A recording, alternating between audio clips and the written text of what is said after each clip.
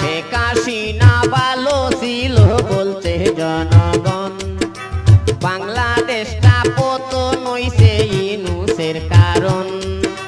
শেখ হাসিনা ভালো ছিল বলছে জনগণ, বাংলাদেশটা পতন হইছে ইউনূসের কারণ।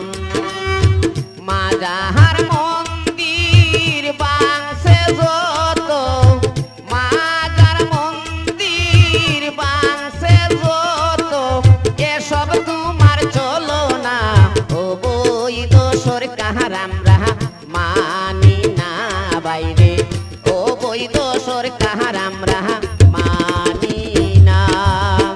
ইউনূস মোল্লার বিপদ আইছে কেউ বাঁচাইতে পারবে না, অবৈধ সরকার আমরা